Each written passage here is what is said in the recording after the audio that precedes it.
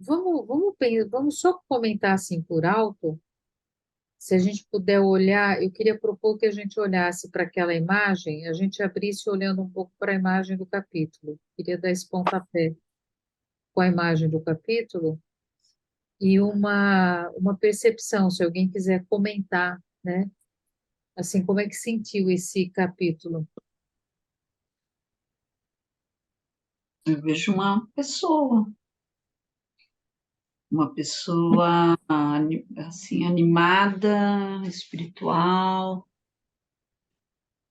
com as antenas todas ligadas, é isso que eu vejo.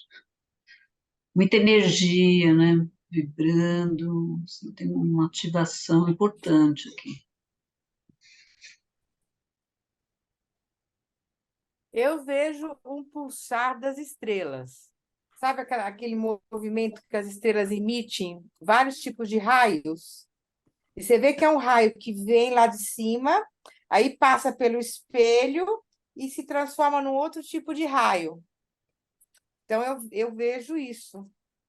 E aqui no meio tem o espelho, onde, de alguma maneira, esse raio ele muda, né? Quando bate ali. Para mim, é bem a refração da luz que chega no nosso planeta, que tem o desvio, que bate alguma coisa, desvia e chega de um outro jeito.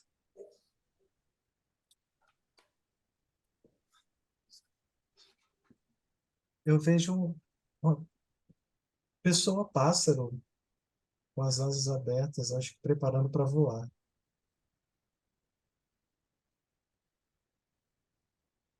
É isso que eu vejo. Eu vejo um centro que está apoiado, muito bem apoiado, e aí ele expande. Engraçado, acho que tem gente que vê de fora para dentro e pode ser visto de dentro para fora, né? Também. Ou convergindo ou no movimento oposto, né? Primeira vez que eu vi, eu tinha visto um cactus, Hum, desses usados talvez em rituais também. Uhum.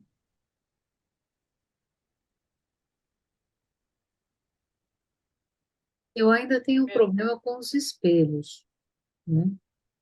Eu tenho um problema porque eu não sei, eu tenho a sensação que a gente não conseguiu ainda. Eu acho que eu pelo menos não consegui ter um entendimento mais profundo, né, desses espelhos. À medida em que eu vou lendo, eu vou pensando coisas. Nesse capítulo, eu acho que eu pensei bastante coisa que eu acho interessante, que me deu um pouco mais de clareza. Mas eu continuo intrigada, né, com os espelhos. E a sensação que eu tenho dessa imagem, né, pensando nesse, nesse, nessa, nos espelhos, né, nessa relação com eles, eu acho que vai um pouco no sentido do animismo, que é uma imagem onde acho que há, me parece que uma fundição, talvez um espelhamento, né, de uma condição do que a gente chama de humana, por onde os espíritos perpassam, né?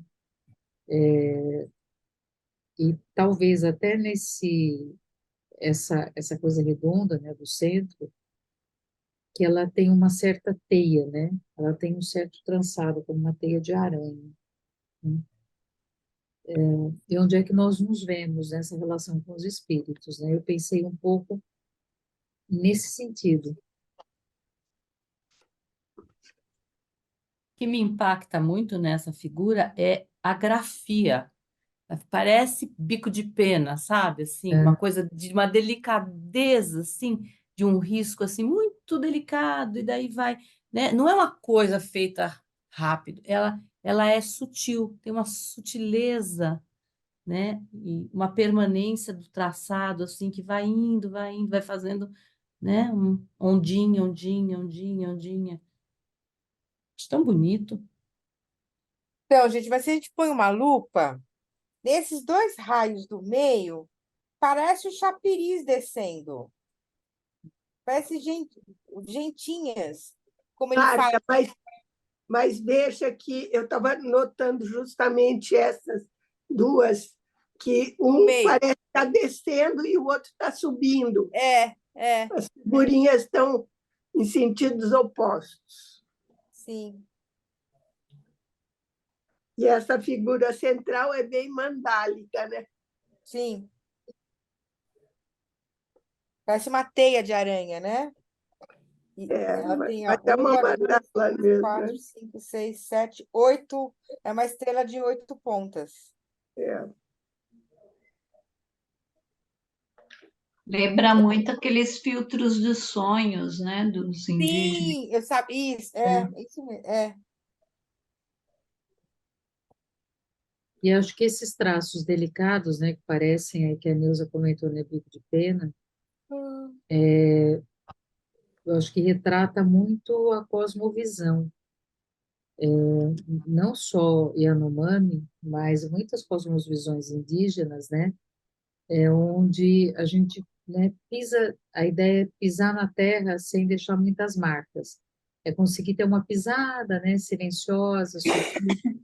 Então, assim, os desenhos têm uma leveza, né, eles têm uma transparência, eles não são pesados, né, como em outras culturas, como na nossa cultura, né, é como se fossem sempre, eles estão sempre numa transição, né, e não necessariamente, né, o lado direito, ele tem uma correlação, ele tem uma simetria com o lado esquerdo, e, e assim por diante, né, acho que tem uma retrata muito, eu acho que talvez as cosmovisões, né.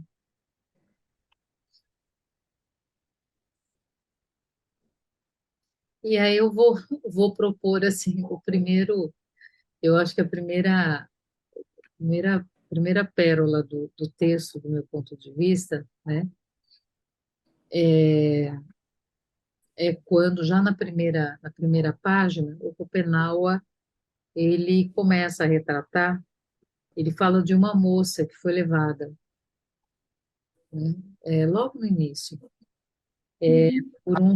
por um visitante das terras altas, né, e como, né, o roubo, não só, né, o roubo como é uma coisa tão presente, o roubo das pessoas, de indígenas, seja, né, para escravidão, seja para, enfim, para N coisas, né, para venda de órgãos, como esse lugar, né, desses roubos, né, ele já começa, né, eu acho que falando dessa cisão entre as culturas, que eu estou chamando de cisão, ele não chama, né, eu acho que ele já dá o primeiro chacoalhão, assim, no texto dele, se preparando para o que vem pela frente, né. Uma coisa que me chamou a atenção, gente, na página 195, a floresta era recém-chegada à existência, e tudo nela retornava facilmente ao caos. Moravam nela outras gentes criadas antes de nós que desapareceram. Naquela série, Beth, que a gente tá vendo. Caralho! Gente, É, tem uma série que vocês têm que ver que é a história da vida na Terra. Cara, é esse parágrafo, não é, Beth? eu também pensei exatamente isso, Marta, assim, é esse parágrafo, né, e onde as vidas, né, sempre há vida, sempre há terra. O céu caiu várias vezes, né, várias vezes, e aí um pouco antes, né, tem um trechinho que ele fala assim, o que vai acontecer conosco? Será que o céu vai mesmo cair em cima de nós? Vamos todos ser arremessados para o mundo subterrâneo? Ainda lá mais no início, né? Quer dizer, essa série, ela mostra muito isso, né? Muito, E o muito. incrível, como é que eles têm a memória disso? não é, né? Como é que eles sabem que isso já aconteceu, né? E que tinha outras gentes que deixaram de existir. Então, agora, essas outras gente, né? Aí sim, eu acho que amplia a ideia, porque não é gente nessa Sim, são configuração, isso. é São os outra gente, animais, são as outros seres, florestas, né? Outros seres, né? outros Não, seres. porque eu entendo que ele fala que a gente tem um ancestral nosso. Por isso tem o meu ancestral anta, o meu ancestral da árvore. Então, eu acho que quando ele fala dessa gente, ele está falando destes ancestrais, desses animais, dessas florestas que já Hum. foram e voltaram, que na série fica bem claro isso, né, gente? É muito legal. Fiquei impressionada. E na série fica bem claro, né, que toda a ação ela é causada pelos seres viventes, por algum movimento, e que o que a gente chama, né, a Terra, ela reage, ela aproveita as oportunidades, não é ela quem faz, mas ela aproveita as oportunidades que esses seres viventes criam e ela potencializa. Então, assim, ela pega força, ela se anima e aí ela faz o papel dela, né? Eu não me lembro agora, acho que é 100 milhões de anos, né, que os vulcões ficaram em erupção. Uma das Sim, extinções é muito tempo, né? Que eles ficaram queimando Uhum. até que, né, a Terra, enfim, queimou, até que pudesse a Terra começar a ser restabelecida, e aí ela volta numa outra configuração. Ela volta, né? Oi, Marta, tá fechado. Marta, tá fechado. olha aqui, gente, que coisa. Mas esses ancestrais acabaram desaparecendo. Vieram outros que foram levados pelas águas, que é lá a questão do degelo, ou foram queimados, que também tem um, quando a floresta toda se incendiou. Nessa série tem uma parte que exatamente aconteceu isso, Ah, há Uhum. muito tempo. Essa série onde que está passando? Netflix, Netflix. Santa Netflix, A história da vida na Terra, que chama? História da Vida da Terra. Ele assim, fala, ele fala dos seis, cinco ou seis, Beth, ele fala extinções. dos cinco e ele aponta para o sexto com a figura humana. Então, com o antropoceno, né? Ele chega até o antropoceno e ele deixa claro, né? Ele faz um prognóstico do que vem pela frente, né?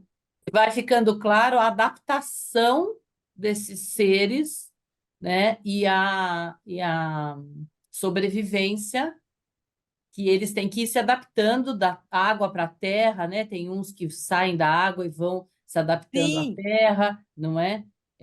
Então, é um processo de transformação e de mudança constante, né? Uhum, Aqueles se adaptaram, mas aparece o mais forte, e aquele mais forte come o mais fraco, e daí, enfim, uhum. aí vem o meteoro, o meteoro, pá, acaba com tudo, aí começa tudo de novo. Gente, aí vem o gelo, aí vem, pega fogo em tudo. Cara, ou eu tô, seja, o céu cai várias vezes, né? o céu cai várias E vezes. isso o Schopenhauer fala, né? Ele fala no texto, né? Que o céu já caiu várias vezes, né? E que ele vai cair de novo. E assim, eu acho que essa memória, Marta, que você falou, né? Como é que tem essa memória? Eu acho que a disponibilidade, assim, o pisar suave sobre a terra e a disponibilidade por não tentar preservar, acumular, por não viver dentro desse tipo de funcionamento de vida, é que permite com que haja espaço para uma outra coisa, né? Que é, por exemplo, a oralidade, que é a convivência de várias gerações e uma compreensão de que todo tipo de vida tem a sua importância, tem o seu valor, E nessa importância, nesse valor que é absolutamente plural, né, nós temos uma multiplicidade de verdades. Então, não tem o apego, né? Uma vez, num dos encontros, a Maria Graciada, ela falou, olha, a gente tem um sofrimento, né, dos tupinambás quando alguém morre, né? Um ancião morre, é claro que tem uma tristeza, mas a gente sabe que essa pessoa continua, a gente sabe que esse conhecimento, que esse espírito, mas assim, nós sabemos visceralmente, é um saber visceral, é um saber do corpo, né? Então, a ativação das memórias, que o Ailton insiste muito, né? Outros também, mas que ele insiste muito, acho que é a voz mais forte, uma voz muito forte, né? E a ida, por exemplo, para a Academia Brasileira de Letras, para a Academia Mineira de Letras, ela significa de uma pessoa que nunca escreveu uma linha. Então, é uma provocação, eu acho que a nossa cultura, talvez, não sei se ela tem consciência, do quanto que a oralidade, a memória, ela é mais do que urgente para se ser valorizada. E tem que ter tempo para isso, tem que ter espaço para isso, né? A gente não pode continuar no consumo das coisas. A questão da oralidade, ainda, além dessa urgência, né, eu acho que tem essa questão dela ser perene, né? É a que mais permanece, né? As outras coisas, a gente ainda corre o risco de ter alteração da verdade agora, com todas essas questões tecnológicas que estão tendo aí, que podem usurpar a verdade, né? Então, na oralidade, você transmite para o outro, transmite nesse lugar, no tecido celular mesmo, né? Acho que é interessante isso. Dá Mas pra ser até acho que dá para ser até mais radical, sabe? Porque quando a Martinha pergunta, vou para outro lugar, a gente depois pode ir pela oralidade, mas quando a Martinha pergunta, né, como sabem dessas coisas que nem tinha gente aqui, ser humano aqui, é, pelas plantas, pela ayahuasca, pelo cogumelo, eu ia conversando, falar isso. é, É a conversa com os conversando encantados, né? aquele, Ayahuasca, como que fala? Yaku, eu não sei E a pronunciar aquele. Coana? Kona. Eu acho que são todos esses seres que passam esse conhecimento, porque são seres que estão muito antes dos seres humanos, né? E eles não pararam de conversar com esses seres, e eles Uhum, entregam em primeira mão, uhum. né? É o receptivo. E essa memória ativada, né? Acho que é bem legal, né, José, lembrar isso. Que a memória, ela é ativada, a memória de um tempo, ela não pertence, né? E assim, é pouco ego, né? Porque não tem uma... Ninguém precisa dizer alguma coisa, né? É dito para todo mundo, né? Alguns têm uma escuta melhor, né? Quer dizer, os xamãs, né, têm essas funções, e aí eu acho que é interessante que quando a cultura ela está perdendo os seus xamãs, posso estar falando besteira, mas o que resta, né, é tentar uma sustentabilidade nesse mundo insustentável, porque aí a gente tem um esvaziamento, esvaziamento é exagero, mas um distanciamento exatamente dessa escuta, dessa capacidade de ser aquilo que o Jung falava, né? A natureza. A psique é natureza, natureza é psique, né? Nessa radicalidade, nessa radicalidade. Eu não sei se em algum momento no grupo isso foi conversado, mas por coincidência, logo depois do encontro que a gente teve lá com o... Nossa, me deu branco o nome dele. O O pai Almir, Suruí, o Almir, Almir, né? Eu vi um filme que... Eu não sei, eu estava fuçando algumas coisas no YouTube e encontrei esse filme, que é o Ex-Pajé, não sei se todo mundo viu, né? Mas eu achei muito legal, né? E que traz também essa questão, né, dessa perda, né, dessa consciência, vamos dizer, coletiva, dessa memória, né, que a Martinha falou, e eu achei muito legal. Então, se puderem, vejam Ex-Pajé. quem não viu aí. Uhum. Tá no YouTube? O Espagé está Não? no YouTube? Acho que Não? não. Ah, não lembro, não lembro. Eu tava fuçando. Netflix, Netflix. Netflix também? Tá bom, Já vi desculpa. que estava lá. Eles sempre, às vezes eles tiram, mas põe de volta. E assim, Mas, só gente, para é tão constar, ele está vivo, interessante, né? tão Desculpa, interessante Marta. que na página 196 ele continua falando isso. O céu se move, o céu é sempre estável. Mas aí vem um monte de gente. Gente, vem o macaco pego, vem não sei quem, vem o outro, vem. Você vê, vem a pessoa ajudar tudo. Aí vem o macaco da noite, do Jubá, do Irá, tem um monte de gente que vem, os espíritos do raio, os espíritos do trovão. Você vê, é um monte de energias que sustentam o céu, gente. Não é muito doido isso? Aí só Mas, completando, apesar de todos esses esforços, o céu continua estável e frágil, a é, mercê é, dos espíritos dos xamãs mortos que sempre querem recortá-lo. sim, aí que eu ia completar, porque é um trabalho que não tem fim, no fim das contas, para manter o céu de pé. Não é algo que vai estar Sim, finalizado. é. Acho que essa é a grande questão, é um trabalho contínuo, esse contato para manter o céu de pé. Para manter É a vida, né, verdade. Paulo? Para manter Manter a a vida, vida. exatamente, né? Porque a natureza se mantém porque vem a chuva. Achei lindo isso, esse capítulo, porque a chuva tem seu representante, a seca tem seu representante, o raio tem seu representante, o trovão tem seu representante. Então você vai, né? Você não tem nada que não tenha um espírito que Seu, faz parte, né? Que então nada, a árvore, os bichos, a natureza, os eventos, tudo tem, tanto que ele diz, né, que os brancos não conhecem. Na outra página, os brancos não conhecem as imagens do ser da chuva e de seus filhos. Com 198, com certeza acham que a chuva cai do céu à toa. Achei isso tão interessante. Eu, ao contrário, as contemplei muitas vezes em meu sonho, do mesmo modo que meus maiores as viram antes de mim. Assim é. As palavras da gente da floresta são outras. mas é isso, né, gente? É muito junguiano, quer dizer, o que existe no visível está ancorado no invisível, né? Não, não tem, né? Só existe porque tem o invisível, né? Ô, Marta, Uhum. deixa eu sacanear um pouco com você. Eu acho que Sacaneia. não é muito junguiano, né? Nós somos muito Yanomamis, né? Ah, não! Mesmo sem saber, né? Vamos inverter aí, né? Nós somos, né? Nós temos a possibilidade de cosmosvisões, né?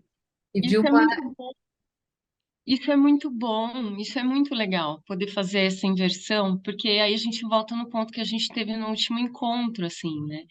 Que realmente a gente faz uma encruzilhada. É legal colocar o Jung aqui, porque o Jung também, junto com os Yanomamis e junto com os... Ele é um cara, apesar de branco, ele é um excluído. Academicamente, é muito difícil você ter esse tipo de compreensão. Se você chega agora e você tá junto com o Davi Copenau e com o Jung, você fortalece, porque agora eu cito o Nego Bispo, cito Jung, cito o Davi Copenau e Krenak. O outro lá, que esqueci o nome agora, mas eu cito Vilma, o Hilma, mas eu cito aquele, o brasileiro também, neurologista, como é o nome dele? O Siddhartha. da, é Siddhartha Siddhartha. É, e esse cara que, de alguma forma, a gente chama de Jung, ele é um dissidente, ele foi queimado e até hoje não tem lugar para ele. Nem lá, nem aqui, nem em lugar nenhum. Esses dias eu fui ver um lançamento de um livro feminista, aqui no interior de São Paulo. E aí é sobre contos de fada. E aí tava rolando os contos de fada e a moça era uma companheira de luta muito briguenta, tal, daquelas feministas ferrenhas, tal. E aí ela tava falando que ela compra muita briga com os psicanalistas e os psicanalistas brigam com ela quando ela fala de arquétipo. E aí Mas ela fala de arquétipo, mas ela não fala de Jung. Porque aí ela falou, porque não dá para falar de Jung, porque Jung é um homem branco, ele é um isso, ele é. E aí, e aí, assim, você olha pro Jung e fala assim, meu, chega aí, cola aí, a gente vai pra fogueira, todo mundo junto, põe o Copenhagen também, põe... Porque não tem lugar pro cara. Vai ter, né? Teria. Eu acho que é esse trabalho que a gente está fazendo. E aí a gente junta, cola. Não sei. Eu acho que está tendo, sabe, Ju? Assim, talvez se a gente pensar na quem tem cabelos brancos aqui, como eu, né? Desculpa, mas a gente já viveu essa questão de que o Jung era não existente em muitos lugares, mas eu acho que as coisas foram mudando, talvez não na velocidade que a gente gostaria, enfim, mas eu acho que as coisas têm mudado, sim, têm mudado. E eu acho que ele foi de uma sabedoria, porque eu estava pensando outro dia, gente, aí agora vou devagar um pouco, que a melhor individuação que existe se encontra na natureza, não é no ser humano, né? Porque uma mangueira é uma mangueira, ela não é goiabeira, ela não é palmeira, ela é uma mangueira. E ela é quem ela nasceu para ser, que é aquela frase dele de que a individuação é você se tornar quem você é. Eu acho que a natureza sabe muito bem quem ela é, cada uma dessas, né? Porque elas não são outra coisa, são aquilo que são, né?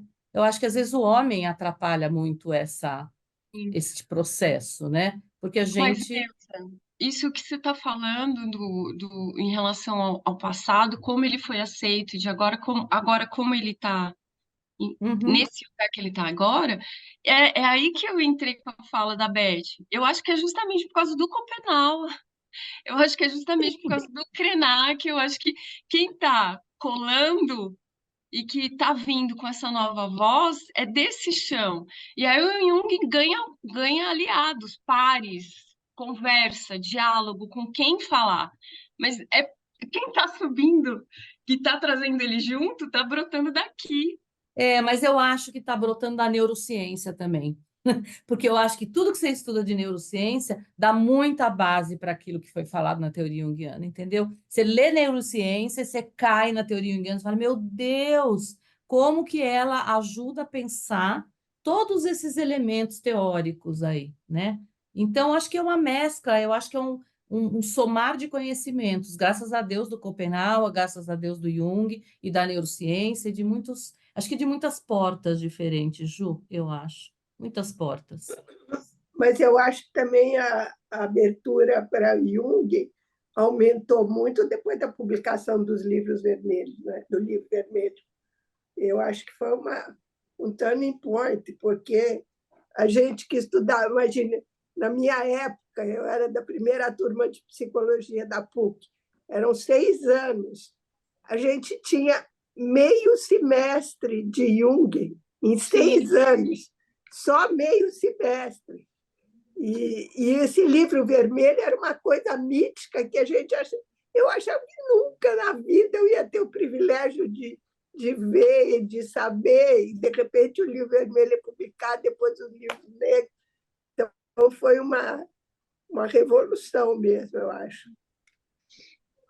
Eu acho que é isso, né? Esse paradigma. E não é só.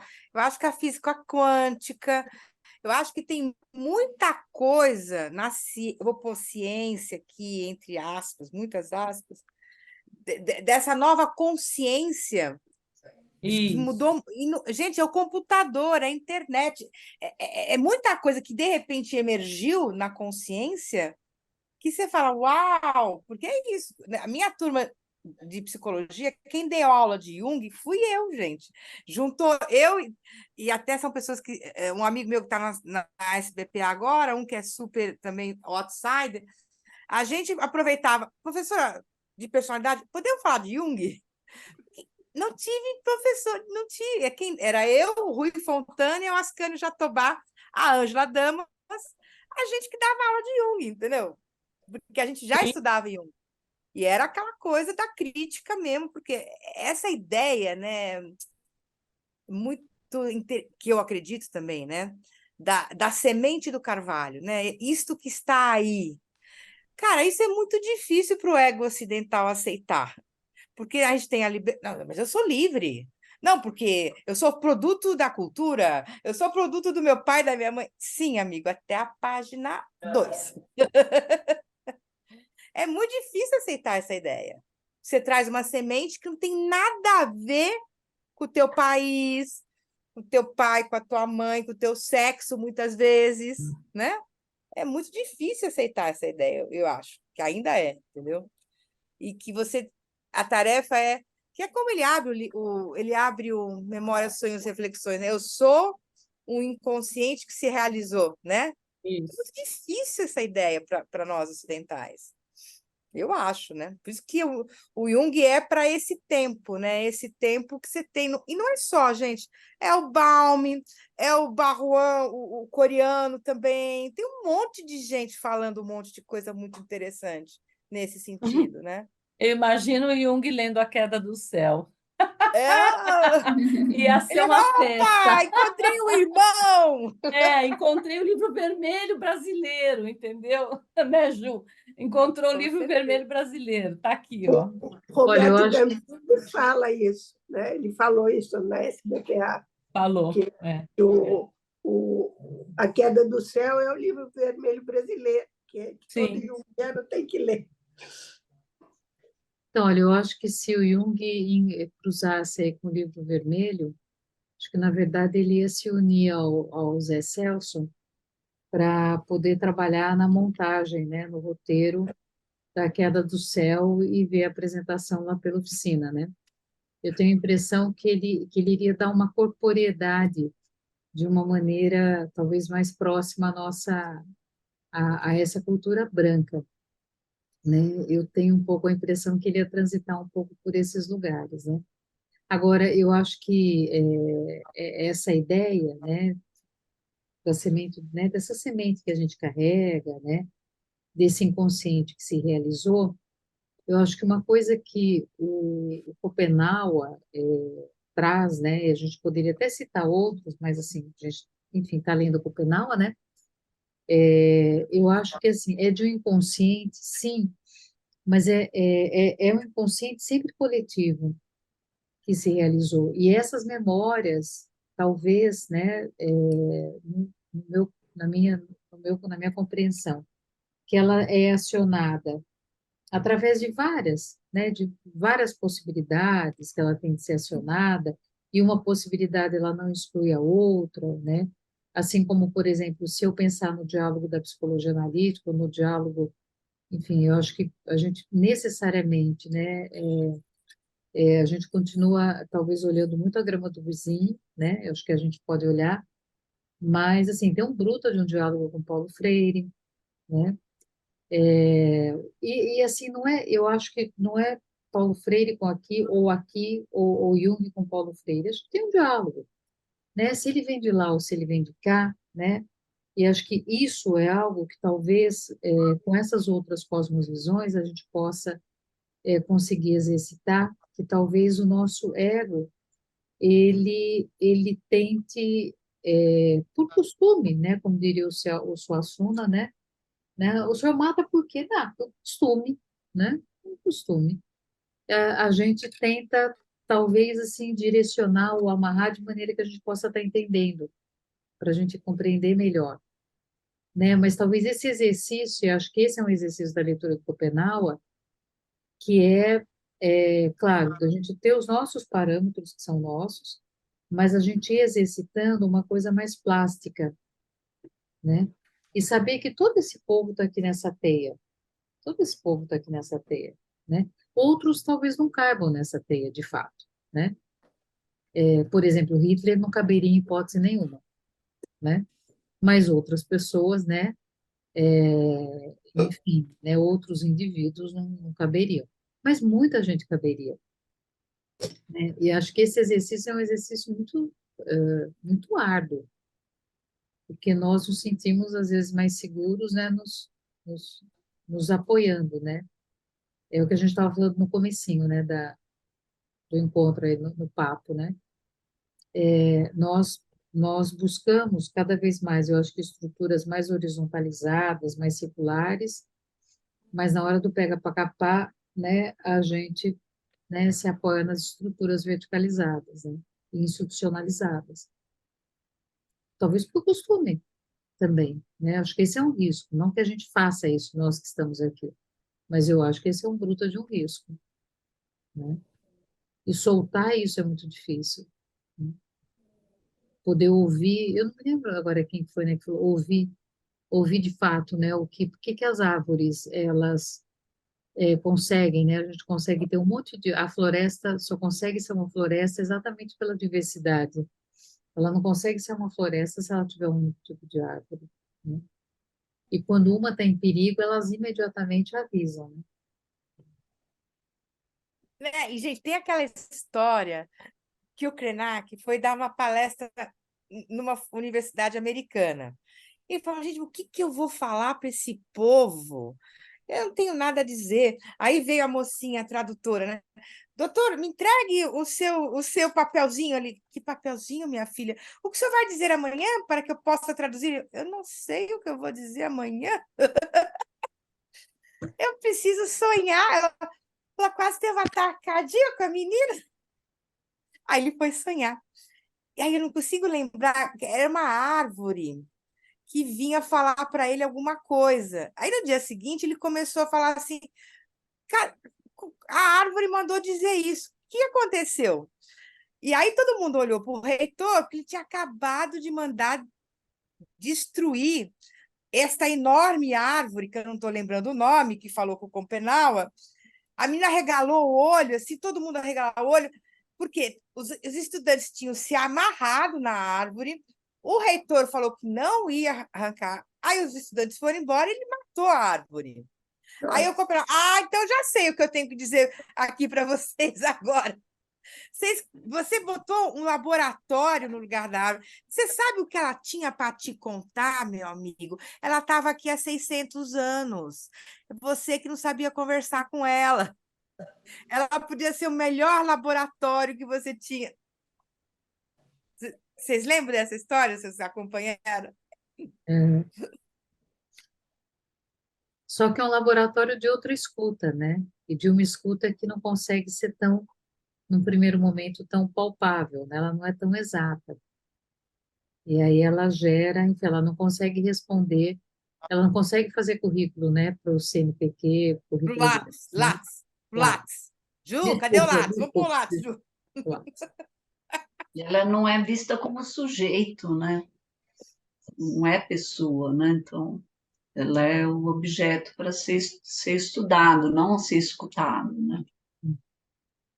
E isso lembrou acho que foi ontem de manhã, eu estava na hora do café lá no trabalho, sentei na copa para tomar café, tinha uma outra senhora lá também tomando café, a gente falou que estava muito calor, fez muito calor esse ano. A gente entrou no papo, né, de aquecimento global e derrubando as florestas. Ela falou uma coisa assim, eu tenho um irmão que ele começou a trabalhar como tratorista. E ele está trabalhando num condomínio que estão fazendo aqui, né, entre Porto Velho e Candeias, que é uma cidade que fica aqui pertinho. E aí ele trouxe para mim uns pedaços esqueci qual era a árvore. Era uma roxinho, porque é uma árvore que se tem, né, não poderia ser derrubada, e aí o condomínio precisava de uma série de licenças e tudo mais. E aí o que eles estavam fazendo era derrubar as árvores e enterrar, para esconder, para poder continuar a toque de caixa a construção do condomínio. Enfim, Paulo, não passou avião. Eles cortaram e enterraram as árvores? isso, eles derrubam a árvore em Para terra para que assim não apodrecer. tenha vestígio, para que não tenha vestígio. Porque É se vem mogno, nem Paulo? É mogno? ela falou roxinho. Eu não sei que árvore é essa, roxinho. Ela falou que era uma árvore roxa. Que depois ele só trouxe alguns pedaços dela, assim, escondido, porque não podia ter vestígio de nada, né? Eles não podiam sair de dentro do canteiro de obra com um pedaço de nada. Tinha Desculpe, que Paulo, você mora em enterrar. que estado? Porto Velho, sou de Rondônia. Ah, sim. Gente, olha, ela é gigante, gente. Ela é enorme.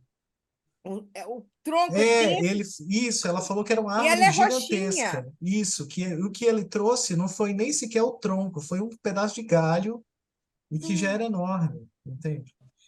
Isso se faz aqui, isso se faz em Olha todo que árvore linda, gente. Ela é roxinha por dentro mesmo.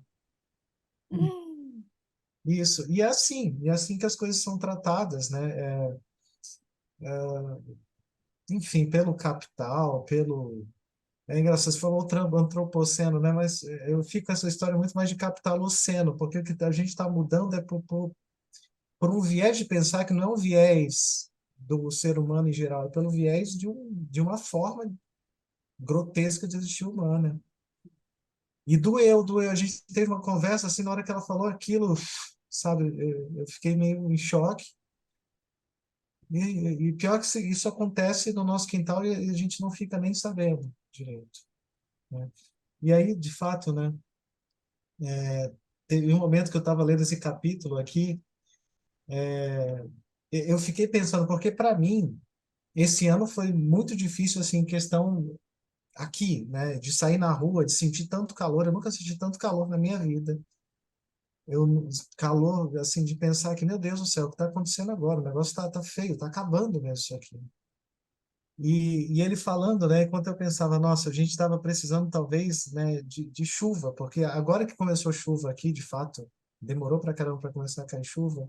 Enquanto ele falava, né, eu não sei exatamente em que momento do capítulo, né, falando que, bem, a chuva não vem à toa, mas é dessa conexão com esse lugar e com essa terra que é uma conexão com, enfim, desculpa, gente, estou divagando um pouco. Eu estou Estamos aqui divagando para um pouco. isso. Todo mundo É, divaga, Paulo. Pode ficar tranquilo.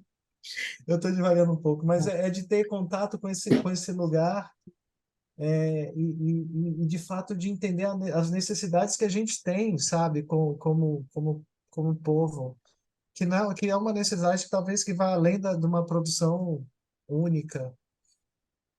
E o que me deixa bem assustado é porque a gente está entrando numa onda aqui, já entrou, na verdade, há muito tempo, de uma produção de fato, de acabar com diversidade, né?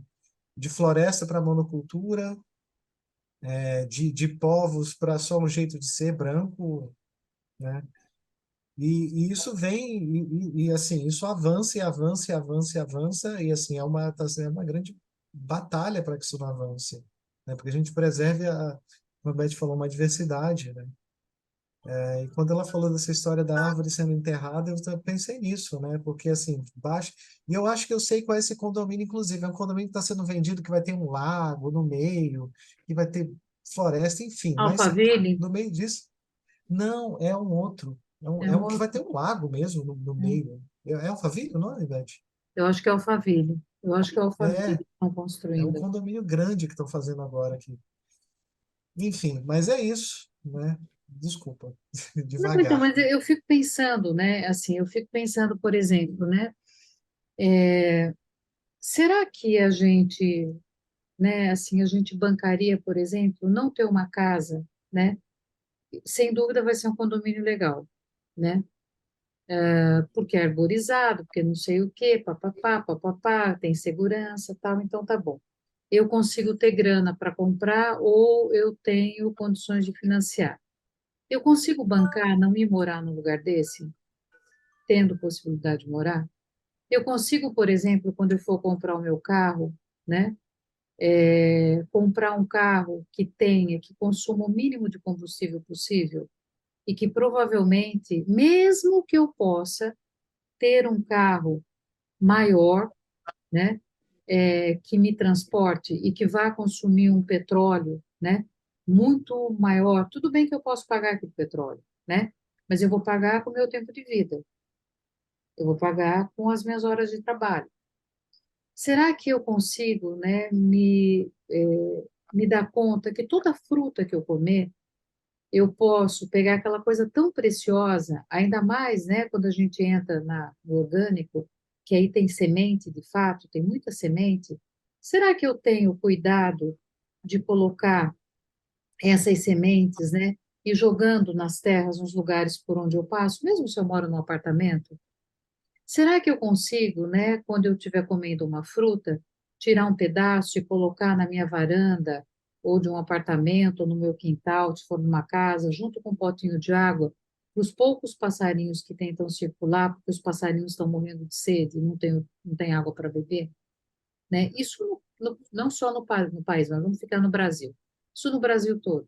Quer dizer, será que eu consigo, né, pensar na comida que eu estou comendo e a maneira como eu lido, né, com o alimento e aproveitar ao máximo aquela banana que está ali? Quer dizer, eu acho que são pequenas atitudes que elas não são pequenas, né? Quando, assim, quantos calçados eu comprei esse ano?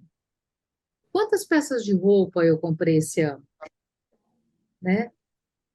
O que me faz comprar uma roupa nova? Então, todas essas coisas, assim, são coisas muito fáceis, eu acho que são muito fáceis da gente se deparar, né? E pensar, eu vou numa feirinha de Natal, né? Pessoalmente, eu não preciso de absolutamente nada. Eu posso na feirinha olhar. Mas assim, eu sei que aquelas pessoas estão produzindo, são coisas lindas e tal, mas e aí, né? Como é que eu vou gerenciar isso? Quer dizer, onde é que eu vou depositar esse tempo de vida meu? Eu vou depositar, sei lá, com uma comunidade que está no sei lá, ou eu vou depositar, sei lá, botando mais coisa para dentro da minha casa, para eu ter. Eu acho que são decisões muito simples, mas altamente complexas, né? A relação, quer dizer, quando está muito calor, né? Todo mundo está sentindo calor, né? Quantas árvores eu conversei com os vizinhos da rua que eu moro para eu tentar plantar? Eu não acho que isso vai resolver o problema do mundo, mas são ações, são ações. Quer dizer, no meu quarteirão, quantas árvores, né? Quantas eu saí, fui bater na casa das pessoas, ouvi um monte de besteira do meu ponto de vista, mas quantas vezes eu fui me propor, falar, olha, eu trago a muda, eu faço o buraco, eu faço o acabamento, eu ago a árvore, você não precisa se preocupar com nada. E aí eu vou fazer um esforço, porque na minha rua eu vou aguar as árvores que os vizinhos permitiram que eu plantasse na casa deles. O nosso quarteirão, além de ficar mais bonito, ele fica muito mais fresco. E com isso, a gente também vai contaminando e as pessoas vão pensando coisas. A gente vai fazendo consciência, né? Então, assim, embora eu não acho que isso efetivamente, assim, não vai trazer nenhuma mudança, mas eu acho que traz uma mudança à medida, ela traz uma mudança, eu acho que muito genuína, porque é muito difícil de você fazer uma outra coisa quando você olha para a semente quando você começa a juntar semente, para quando sair de casa e escolhendo os lugares por onde você vai jogar essas sementes. Algumas vão brotar, outras não vão, mas algumas vão brotar. Algumas vão brotar. Semente é um dos bens mais preciosos que a gente tem que está se esvaindo, né? Para não ter que pagar para empresas como Monsanto e N outras aí, né? De ter que pagar uma porcentagem da sua própria produção, né? Enfim, mas também me animei, né? Eu vou voltar para o texto. Página 203, Mas gente. antes, deixa eu só contar. Tem uma música do Raul Seixas que ele fala assim: Você chupou a manga até o fim, sobrou o caroço para mim. Melhor que isso, só o carnaval.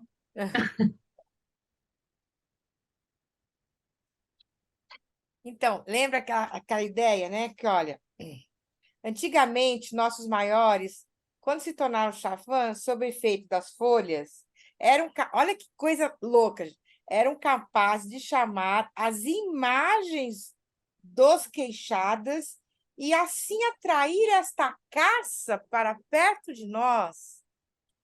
Você vê, primeiro a imagem, depois vinham. Um dos antigos xamãs, que eu chamava de cunhado, sabia dançar esses espíritos, mas já não vive. Quando morreu, vi sua casa de espíritos desabar e, na queda, rasgar os frágeis caminhos desses chapiris, que é esses caminhos que eu vejo aqui, gente, nesse desenho que a gente vê na primeira parte, eu vejo esses caminhos. Interessante. Primeira. Isso, aí lá na frente ele fala, na 205, quem vai caçar preocupado com outras coisas, sem muito empenho, nunca ha visto uma anta. Encontra apenas jabutis no chão da floresta. Ao contrário, um caçador apaixonado pela imagem do ancestral anta, que realmente sente saudade dela, logo depara com desses animais, longe na floresta ou perto de casa. Viu? A caça só fica fácil de matar se os xamãs fizerem descer as imagens de seus ancestrais. Cara, isso é muito doido.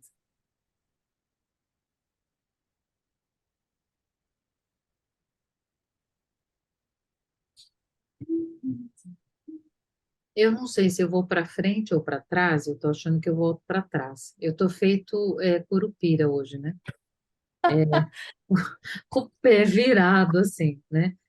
Mas é porque eu queria ver o que que vocês pensam disso, que foi uma das coisas que me intrigou muito. Ele fala assim, Que todos esses... página, Beth? Então, eu estou com e-book, é Tá. diferente, tá? Mas é mais no início do texto.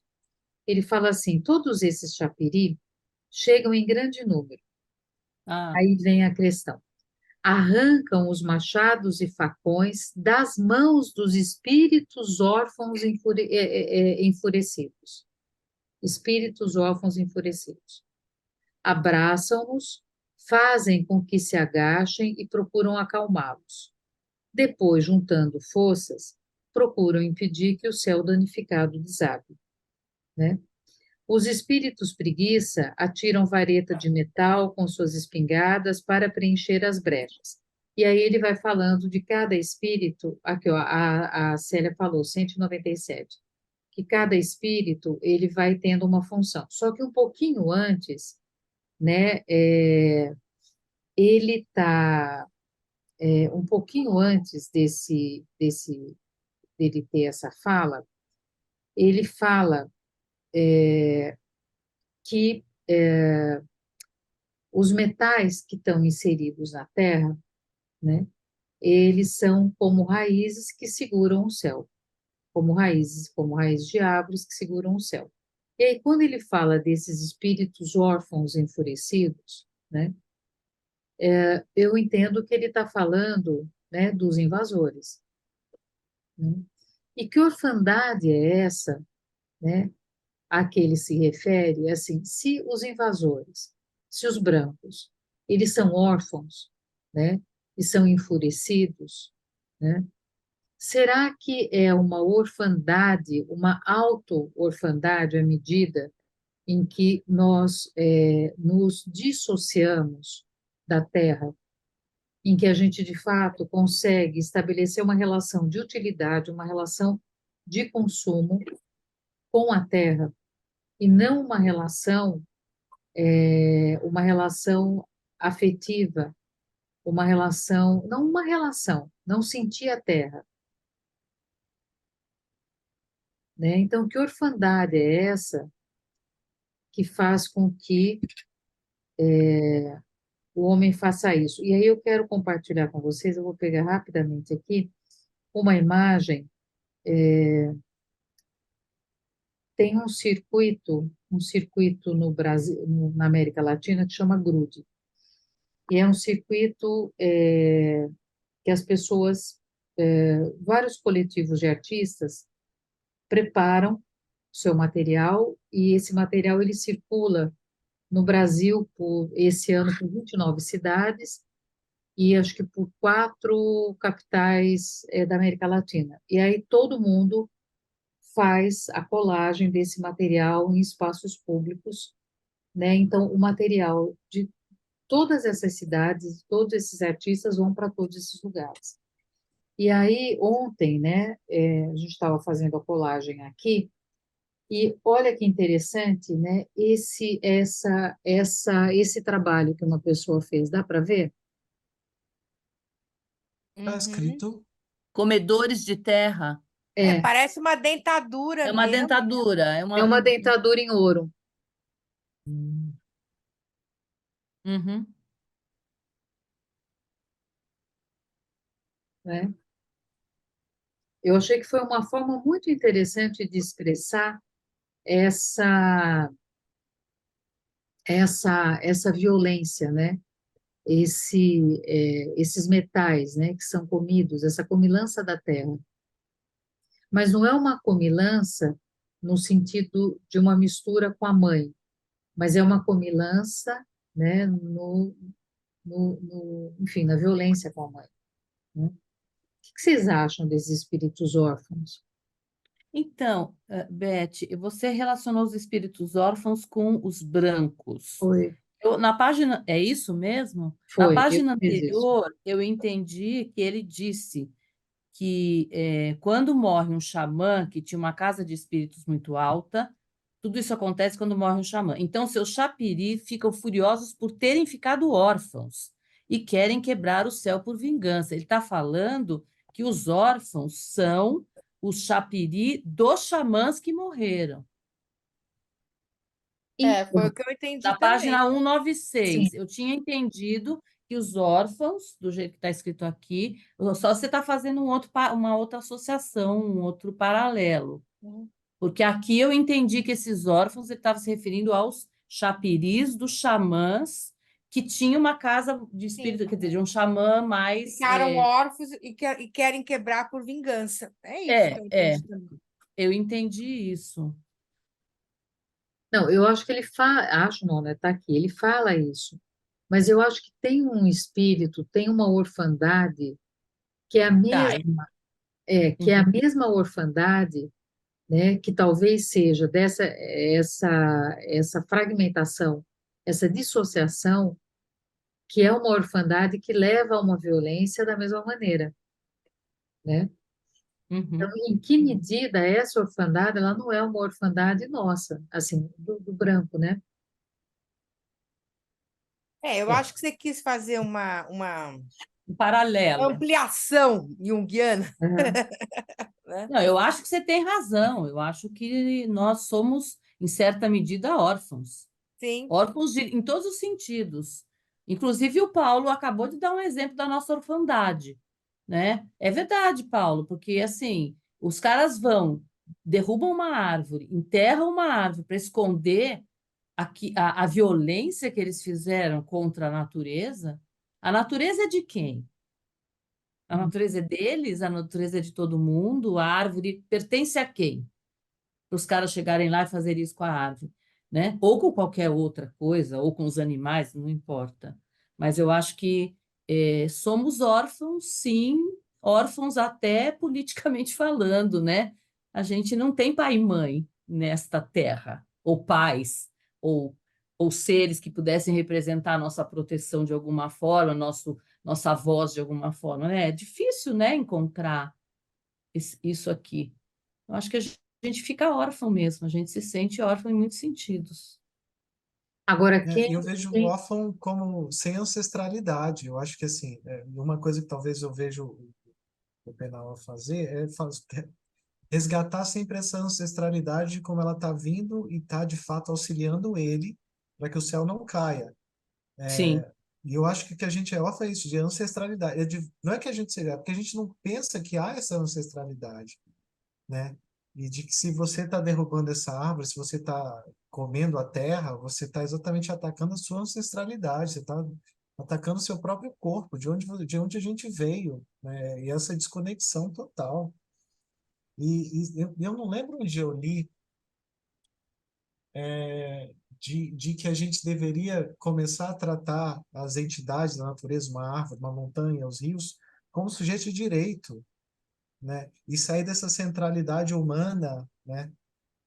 De que só o ser humano tem direitos, né, à vida, no fim das contas, né? Como se só a gente tivesse vida e que como se um rio não tem vida, uma árvore não tem, uma montanha, uma floresta, um bosque, o que quer que seja, né?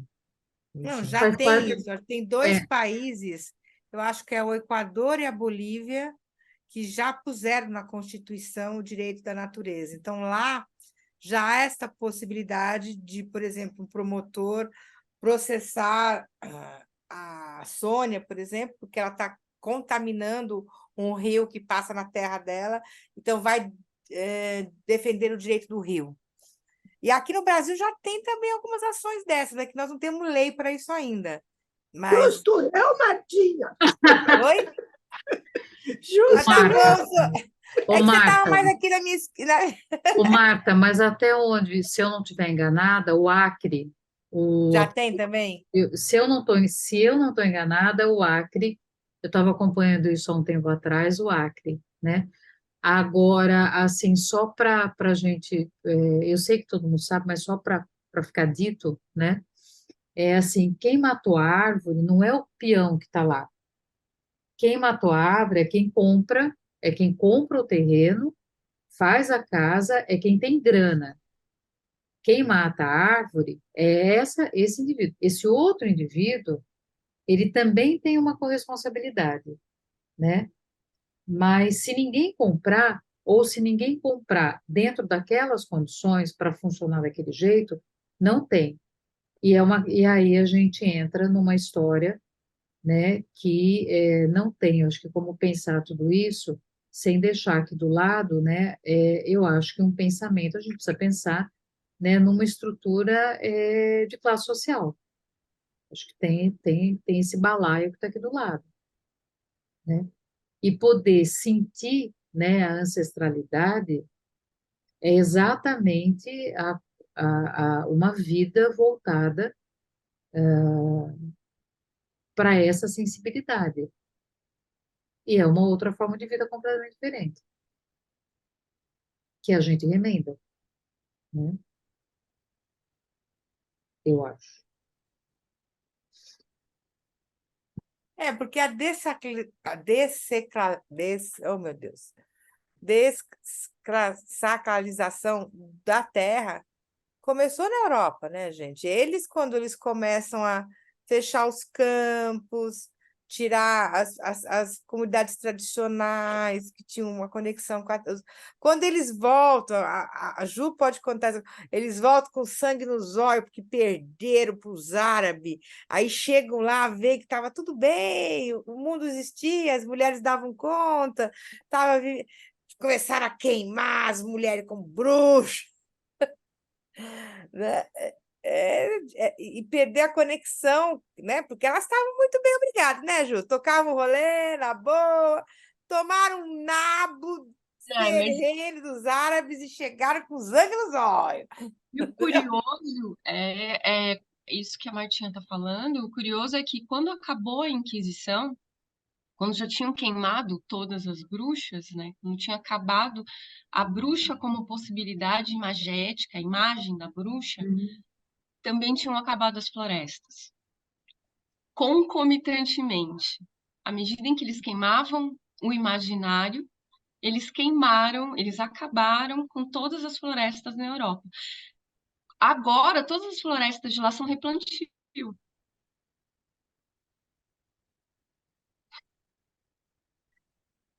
junto, concomitantemente.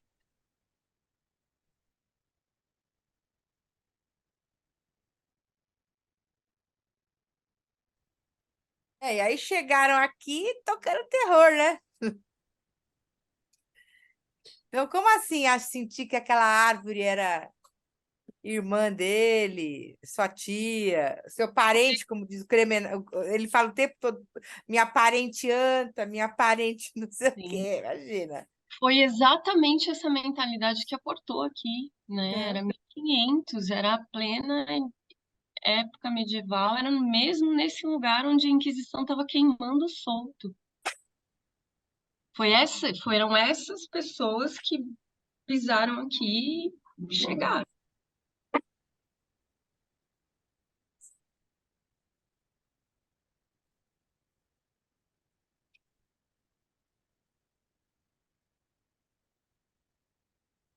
Mas você sabe, gente, depois que eu ouvi esse Krenak falando da ancestralidade, eu tenho estimulado meus pacientes a irem atrás da sua ancestralidade, sabe assim?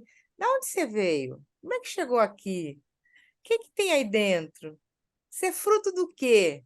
Né? O que que tem aí? Né? Você tem um avô índio, um avô, sabe? Porque eu acho que boa parte da nossa fragilidade enquanto brasileiros está na gente não olhar para a nossa raiz e honrá-la, seja ela qual for, entendeu? Seja ela qual for, entendeu?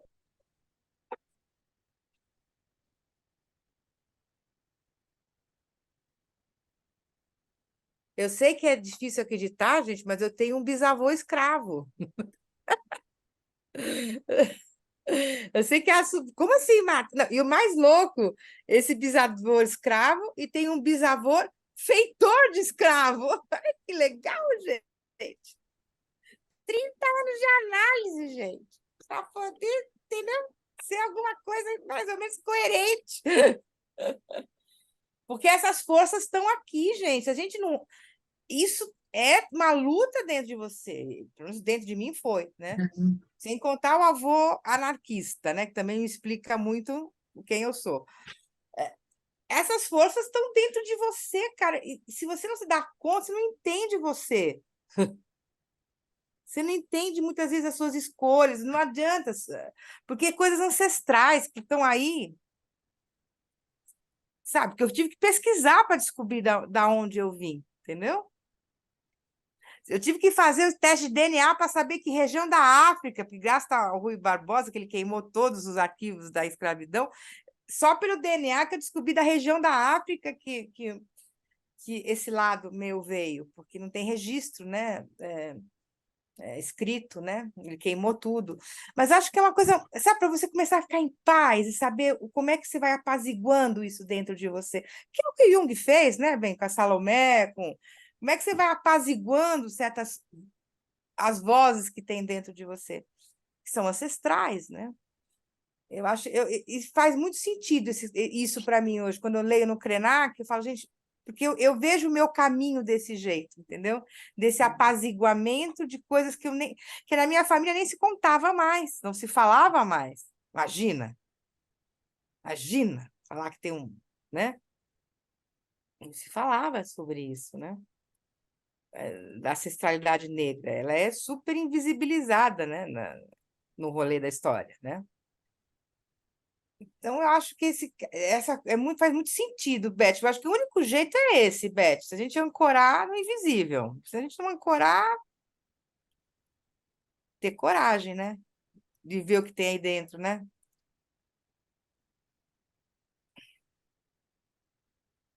E às vezes, gente, aí tem uma coisa que eu tô 40 anos no movimento junguiano. Às vezes eu acho que está se perdendo isso, sabe? Eu vejo que as pessoas não falam, eu pergunto, parece que não vai mais nesse nível assim. O que tem aí dentro mesmo? O que apareceu mesmo? Você abriu a porta? Você deixou algo.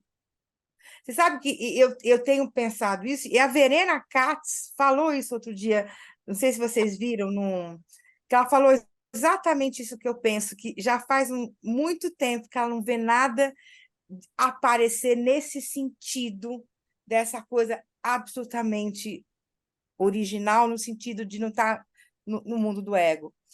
Porque, assim, parece que o movimento junguiano também está perdendo essa possibilidade de radical, pelo menos na minha leitura, não sei o que vocês acham, de falar desse nível, sabe assim? Mas é uma crítica que eu faço. Eu fiquei tão feliz quando eu vi a Verena Katz, porque a Verena Katz falar, todo mundo respeita, né?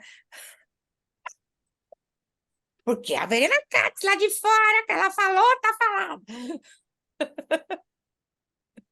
Então, mas é que lendo esse capítulo, a gente tem a sensação de que existe a história por trás. de que a história está que tudo que é visto está impregnado de ancestralidade de história, né? O Sim. o tempo todo, né? E é muito interessante um pedaço que eu li aqui, quando ele fala na página 201 que para você pôr fim à seca, você tem que trazer de volta para a floresta o ser maléfico do tempo úmido. Então, é que conversa, quando fica tudo chuvoso, você traz a seca, os ventos, enfim, para parar de chover. Quando fica muito seco, você traz a chuva. Então, aí fala das polaridades também, né? Se a gente for botar numa linguagem junguiana. O tempo todo você tem que ir falando dos dois lados da moeda, né? O tempo todo você tem que ir trabalhando os dois lados, né? Se estica muito, se a seca fica muito forte, xamãs correm para trazer a chuva. Se a chuva ficar muito forte, xamãs correm para auxiliar na seca. Então,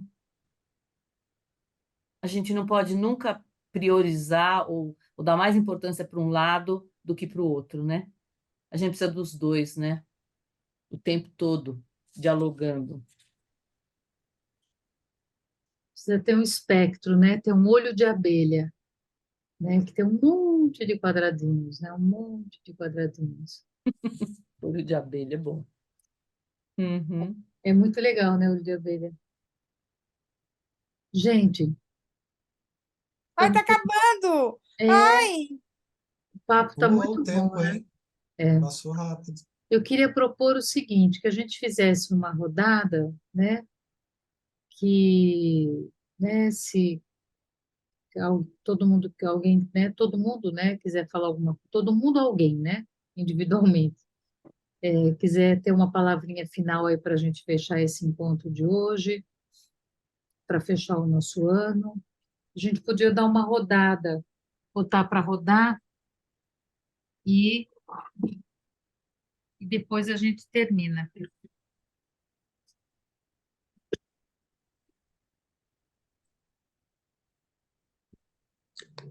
Posso falar uma coisa? Claro, Eu não gostei do encontro de hoje. por quê? Porque eu achei que ficou um encontro muito explicativo, muito racional. Eu acho que essa é uma oportunidade que a gente tem de ler em conjunto o Schopenhauer e, não sei, para mim faz mais sentido essa leitura coletiva e que, de alguma forma, né, ou de diferentes formas, vai reverberar em cada um de nós, do que esse encontro. Eu acho que fica um encontro muito apocalíptico, sabe? Uma coisa, eu não sei, como eu fui, né, uma das que votou para que a gente continuasse a leitura coletiva, eu gosto mais. Então, estou colocando porque eu não sei, eu fico pensando o que que a gente levou desse encontro hoje. Tá, você fez a proposta das sementes, de pôr água para o passarinho, ok, né? São coisas importantes, eu acredito que são coisas que muita gente faz, mas eu queria ficar mais no espírito dos Yanomamis. Eu ainda não entendo, eu ainda não entendo de fato esse texto, e eu não quero entender via psicologia analítica, eu não quero entender via o conhecimento que a cultura branca me deu. Eu queria ser atravessada por esse texto de outra forma, que eu não sei ainda qual é, mas eu estou buscando uma outra forma, né? Não sei o que que vocês acham, mas eu precisava falar isso, ok? Desculpa, precisava Sempre falar, tá bom? Giselda, ninguém pede desculpas por falar o que pensa, né? Não, E nem por colocar na roda eu acho que uma provocação, né? Para que a gente pense, né? Em estratégias, em formas novas, diferentes, talvez, das duas, ou mesclar, enfim. O que a gente pode fazer, assim, acho que a gente não, ninguém deve se desculpar, né? Pensando, né, no o Copenau, no que a gente está lendo, né? Acho que a gente tem que fazer o exercício de não se desculpar, né? Por ser quem a gente é um bom caminho, né? Por a gente pensar, que bom que a gente pensa coisas diferentes, né? E nem sei como é que vai ser a hora que a gente desligar a tela e cada um for processar um pouco o que aconteceu, o que sentiu, né? E aí a gente pensa, por favor. É que o contato com a cultura indígena, né? Eu recentemente passei junto com algumas amigas aqui pelo ritual do ayahuasca. É algo, para mim, que ainda é muito misterioso, sabe? Mas que eu não queria que, que eu desse para todas essas vivências uma explicação, né? Uma forma de compreensão familiar, que eu já conheço, né? Usando o meu repertório. Eu queria alguma coisa diferente, eu queria que isso me atravessasse de uma forma diferente, sabe? Para provocar, inclusive, alguma coisa diferente, né? Queria muito, queria muito poder ser uma indígena, mas infelizmente eu não sou, né? Mas eu queria pelo menos poder deixar de lado os saberes da cultura do homem branco para experienciar, nem que seja um pouquinho, né, o mundo como eles experienciam, sabe? Então é isso. Mas quero deixar aqui também registrado que em muitos momentos a gente fez isso e para mim foi um grupo extremamente rico, né? Queria agradecer todo mundo também, tá bom?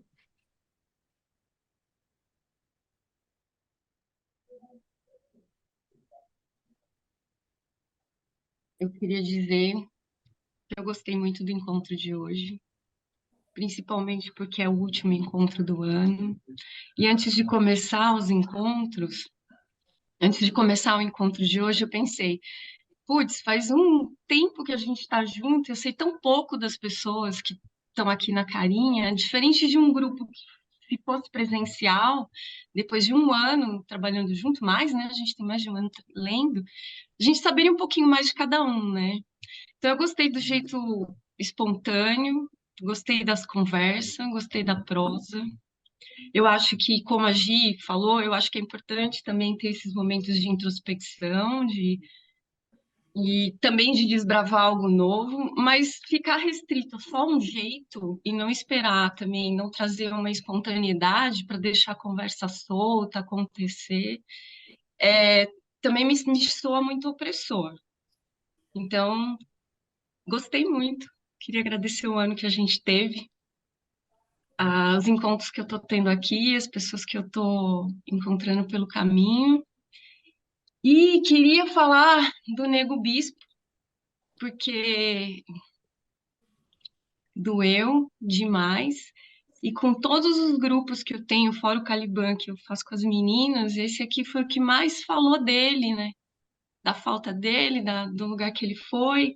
Isso também me deu um quentinho enorme, saber que vocês existem, que vocês viveram um pouco desse luto comigo, né?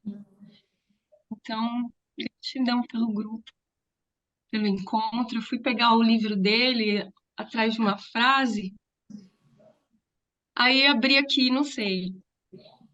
Nossa geração avó dizia que a gente planta o que a gente quer, e o que a gente precisa e o que a gente gosta. E a terra dá o que ela pode e o que a gente merece.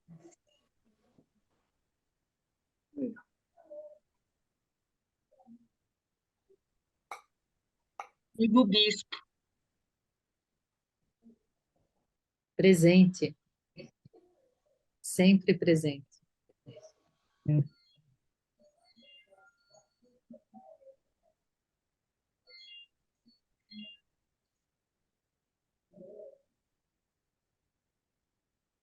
Bom, eu vou falar a minha contribuição. Eu também gostei muito do encontro, Ju. Achei que fluiu e que a gente foi amarrando uma coisa com a outra, a gente foi conversando e a gente foi de um jeito. Eu normalmente fico muito cansada ao final do grupo, hoje eu não estou tão cansada, então eu estou medindo por mim, pelo meu estado físico, que me manteve muito atenta e muito ligada a vocês todos e ao grupo até esse horário. Normalmente, nesse horário, eu já estou querendo desligar o computador, né? Mas eu acho que a gente pode, Gi, ter toda essa reflexão. Eu normalmente tenho essa reflexão quando eu estou lendo o capítulo, né? Quando eu estou lendo o capítulo, eu entro, né? E entro na medida do possível, claro, né? Eu não sou desta cultura, acho difícil a gente inverter tudo, né? Mas eu tento sintonizar com o que está no capítulo, com o que ele escreve, né? E devo confessar que às vezes eu me perco, né? Me perco muito nas ideias, né? Nas falas, nos espelhos, nos chapiris, que às vezes eu entendo, outra hora eu não entendo. E então aí eu não busco entender, eu só busco navegar. E talvez quando eu encontro o grupo, eu talvez quisesse compartilhar o meu não entendimento, né? De algumas falas e de algumas colocações do livro, né? Então, eu fiquei um tempo fora, voltei, estou tentando ver os dias que eu não estive aqui, mas é sempre muito bom, pretendo continuar. Obrigada, Beth, pelo seu manejo do grupo, né? Porque sempre faz falta ter alguém que coordene. Obrigada. E estou aí para o ano que vem, se Deus quiser, estar junto com vocês de novo. Agradeço todo mundo, além da Beth, todo mundo. Nós também. Eu acho, gente, que como a Neuza, assim, normalmente quando a gente tem que ler, eu literalmente às vezes durmo, gente, durante a leitura, né? Sinceramente. E eu tenho o hábito de preparar o capítulo, né? E ler para mim, eu durmo, gente, sinceramente. Pode pegar aí nas gravações, vocês vão ver que eu fecho o vídeo, eu literalmente durmo. Então, assim, eu acho que a gente tem que gestar talvez um outro jeito, né? O que eu tenho um grupo amanhã às 6 da manhã, que a gente já está junto há muito tempo, que a gente lê livros juntos. E a gente faz da seguinte maneira: a primeira meia hora a gente lê o texto, e na outra meia hora a gente conversa sobre o texto, né? Até porque é às 6 da manhã, né? Então, assim, eu acho que a gente pode tentar isso ano que vem. Eu acho que só ler eu acho muito desgastante, gente. Para mim, pessoal, eu preciso falar, né? Eu aprendo falando, eu aprendo na relação, ouvindo o que o Paulo falou, ouvindo o que, entendeu? Já me leva para um outro lugar. Então, assim, só ler, eu acho que não, pelo menos para mim não funciona, né? E porque a gente precisa falar sobre o que a gente está lendo, gente. E não tem jeito a gente não fazer correlações com o que a gente é próximo, porque aqui ninguém é índio, para mim eu não sou, né? Não tenho nenhum ancestral índio, quer dizer, não tem como a gente fazer, a gente vai fazer relações com a nossa vida, com a nossa experiência, com o nosso caminho espiritual que cada um tenha, que talvez possa dar alguma vislumbre, né, do que ele está falando, né? Enfim, eu acho que talvez seja o terceiro caminho, Beth. Meia hora lê e meia hora conversa. Não, se bem que a gente é 1 hora e meia, né? Porque fica mais. Eu tô, como a Neuza, eu estou super feliz, estou animada, né? Falei, nossa, já acabou o tempo, porque geralmente eu estou olhando para quando é que isso aqui vai acabar? Quando é que isso aqui vai acabar? Ai, falta 20 minutos. Pô, entendeu? Hoje eu levei um susto quando acabou. Eu também achei muito legal. Então é isso, gente. E vou sentir falta de vocês. Achei muito tempo só em fevereiro. Foi votação, né? Eu faltei. Tá vendo? A gente falta e se fode. Não, Marta, não. A gente falta e não se fode, né? Vou sentir falta também, eu vou sentir falta também. Ficou Muito longo tempo, esse né? Muito tempo. período. Bom, mas é melhor assim, porque tem carnaval, tem. A gente termina o carnaval e vem para cá. É.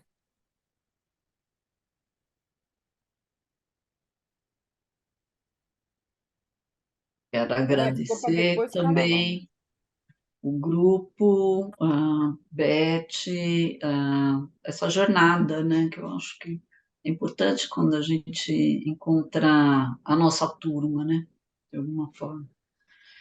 E a gente está no mesmo propósito, né? Eu acho que alguns propósitos, às vezes, estão ainda no nível inconsciente nosso, mas a gente foi atraído pela mesma coisa.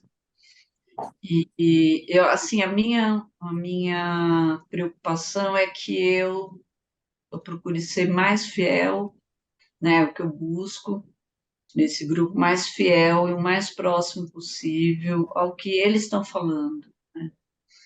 E eu proponho para mim mesma ser meio sentinela de não deixar algumas coisas que eu já conheço, né?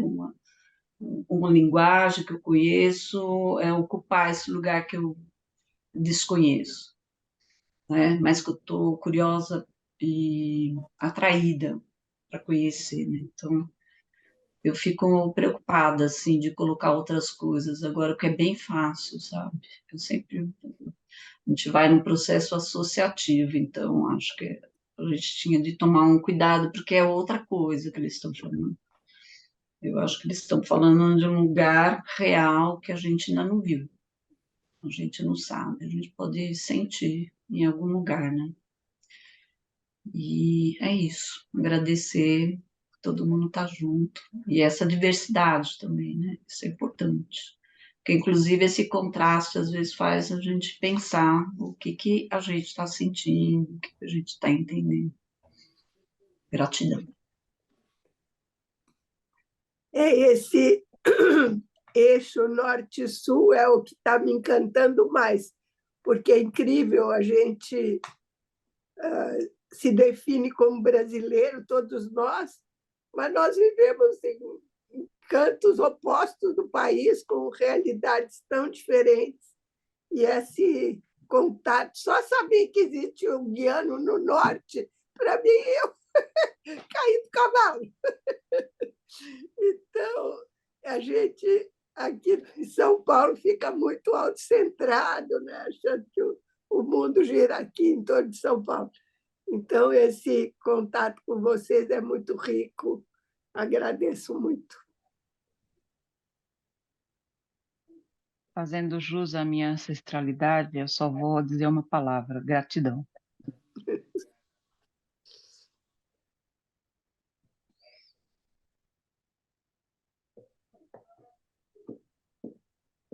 Eu cheguei no fim do ano, gente. Infelizmente, sim, a vida estava meio doida e só agora deu para organizar. E foi legal. Eu acho que foi legal. Acho que eu fui 3 encontros, eu acho. Eu acho. Eu fui em alguns no comecinho e, e aí, enfim, estava no mestrado e aí consegui terminar o mestrado, mas depois de terminar o mestrado eu tenho que fazer um monte de coisa. Estava fazendo esse monte de coisa. E agora que deu. Mas foi um prazer. Então, vamos para lá. Vamos para frente.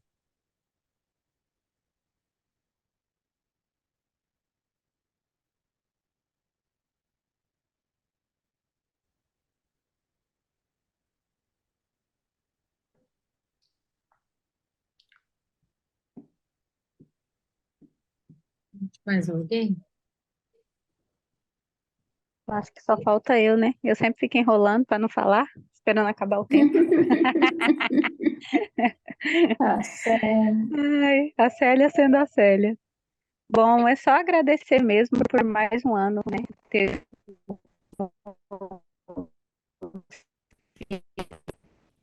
Tá falhando, Célia.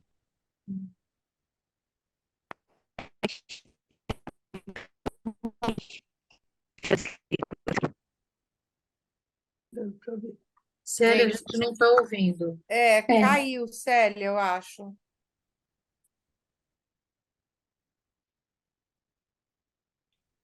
Tá Fui muito. tentar melhorar a internet, mas acho que não vai melhorar, não. Não, Não, melhorou. Melhorou? Melhorou. Só agradecer vocês, né, por mais um ano de estarmos juntos. E esse ano eu melhorei um pouco mais na minha questão de falar em público, graças a esse grupo que me ajuda, que me auxilia, né? E é isso. Espero que todos tenham um final de ano de paz, de amor, de alegria. E o ano que vem Ai, você também. Bom, para mim foi muito bom conhecer cada uma. A gente não se conhece tanto, mas estamos nos conhecendo. E eu fico, porque a leitura desse livro, para mim, é bem difícil, assim. A imagem inicial, né? Eu acho que essa temporada que a gente vai ficar sem um encontro, mas acho que também a gente, de um outro modo, a gente continua ligadas, né? Eu penso, né? E sabe aquelas coisinhas assim da imagem? Para mim é isso, sabe?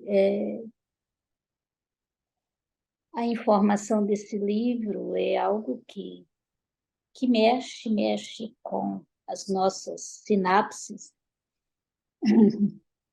assim, de compreensão, de incompreensão, né? Então, eu acho que hoje, assim, né?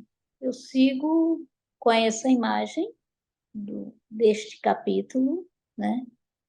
Como essa forma, né? De ter estado, né? Dialogando com vocês, ouvindo e escutando e pensando e se abismando e se assustando. É tudo isso, né? Então, é isso.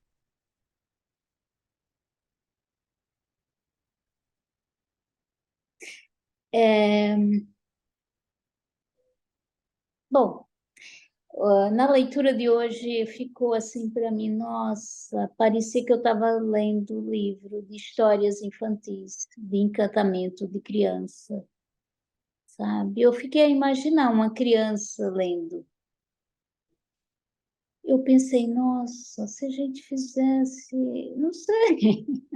Eu fiquei assim, fantasiando muitas coisas. De tentar pensar ideias, até de leitura com criança.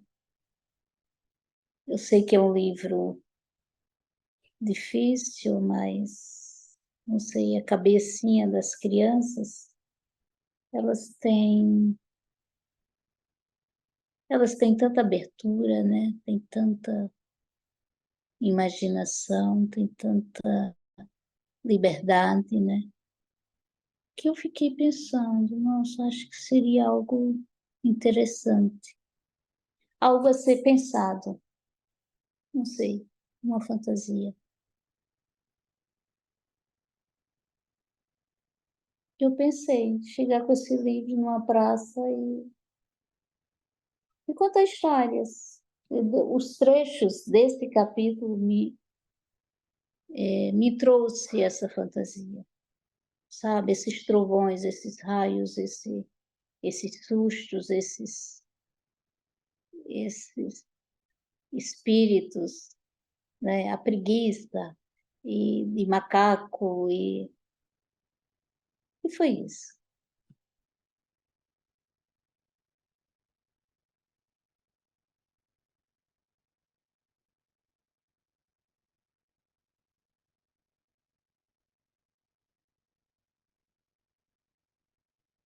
A Meire colocou, eu acho que se todo mundo puder copiar o link, né? Que a Meire colocou para compartilhar com a gente aí no chat, e a gente poderia, assim que desligar, né? Porque tem ficado ruim também quando a gente coloca os sons e tal. A gente, né, poderia, assim, a hora que terminar, cada um botar para si, né? Para ouvir. Aliás, deixa eu fazer exatamente a mesma coisa. Uhum, Que eu acho que daí a gente consegue, né, aproveitar e copiar aqui antes de fechar. E que a gente uhum, consegue aproveitar e curtir. Eu acho que uma das coisas que pode facilitar, Giselda, pelo menos eu penso, a gente, Giselda e grupo, né? A gente poder fazer, eu acho que algumas outras coisas, né? E aí lembrando do que a Marta colocou em relação à psicologia analítica, né? Eu acho que quando a gente dialogar com o símbolo, né? E no trabalho com sonhos, eu sou né, sempre fui uma defensora ferrenha disso, porque é muito fácil a gente explicar o símbolo, dá menos preguiça do que a gente dialogar com símbolos, né? E acho que o fato da gente gravar os encontros é uma coisa que talvez a gente possa rever em algumas situações. Porque até mesmo para fazer um trabalho, né, eu acho que mais exploratório, eu acho que a gente não deveria gravar, né? Então, né, acho não, tenho certeza, né? E acho que a gente, né, precisaria pensar. Então, assim, acho que tem, né, tem algumas coisas que a gente pode, eu acho que fazer, pode se apropriar, e a gente pode pensar isso, né? Acho que dá uma maturada para a gente poder fazer um pouco mais esse exercício, e acho que a gente sabe fazer, né? Então, é só a gente, acho que fazer alguns acordos também e ir mesclando, né, essas coisas que pode ser muito legal. Eu quero agradecer muito, né, esse ano, né, a gente está aí há mais de um ano e meio mais ou menos seguindo juntos, né, então, assim, muito bacana, muito mesmo, né, e isso só pode acontecer porque está todo mundo aqui, né, porque senão nós não existiríamos. Então, eu fico muito feliz, né, aprendo muito, né, com cada um de vocês, muito, né, tem sido uma caminhada bem bonita, bem bacana, né, é a história do mamoeiro, né? Assim, não adianta você ter um mamoeiro sozinho, porque se você não tiver um coletivo de, né, a diversidade é até naquilo que aparentemente é igual, né? Não adianta, se for só mamoeiro macho, não vai dar um mamão que presta, né? Então, a gente tem que ter, né, quanto mais a gente consegue ter isso aqui juntos, eu acho que todo mundo, não é porque a gente ganha, mas é porque acho que acima de tudo é muito gostoso, né? Prazeroso. E aquilo que não for prazeroso, né? E aí pensando muito na cultura Yanomami, né? Pensando, né, nas coisas que a gente ouviu ao longo desse ano, quanta gente bonita passou por aqui também, compartilhando, né, com muita generosidade sobre as suas cosmovisões, cada um do seu jeito, né? E então eu quero agradecer muito a essas pessoas também, que foram muito generosas, né, que não estão aqui hoje, mas que estão dentro da gente, né? Acho que cada um guarda uma parte. Então, acho que a riqueza, né, ela se faz por isso e a gente está aqui. E para terminar, eu quero compartilhar uma imagem com vocês, que é uma escultura que não se sabe, é uma escultura que foi encontrada num lixo há mais ou menos uns 30, 30 anos, 32 anos atrás, e ela estava quebrada. E aí nós colamos, e eu acho que é a imagem que eu gostaria do que eu senti ao longo desse ano aqui com vocês. Então eu vou segurar e depois eu faço uma foto e coloco no grupo, tá? Para todo mundo poder ver melhor.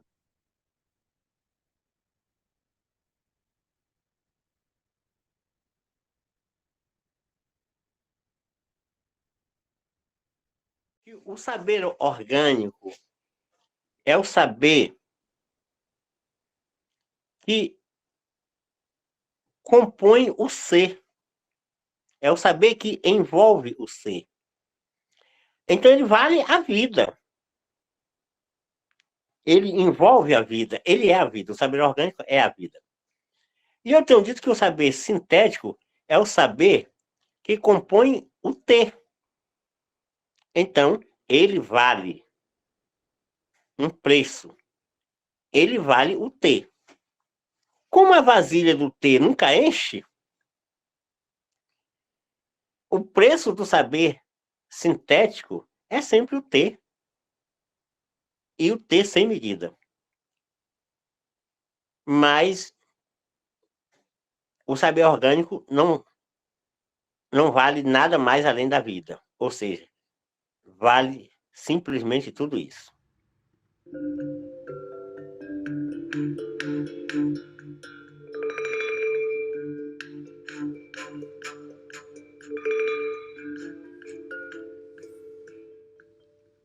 O cu de pau que diz: eu sou madeira, beira boa da val, tristeza, risca certeira, meio rio, rio, silencioso, sério, moço.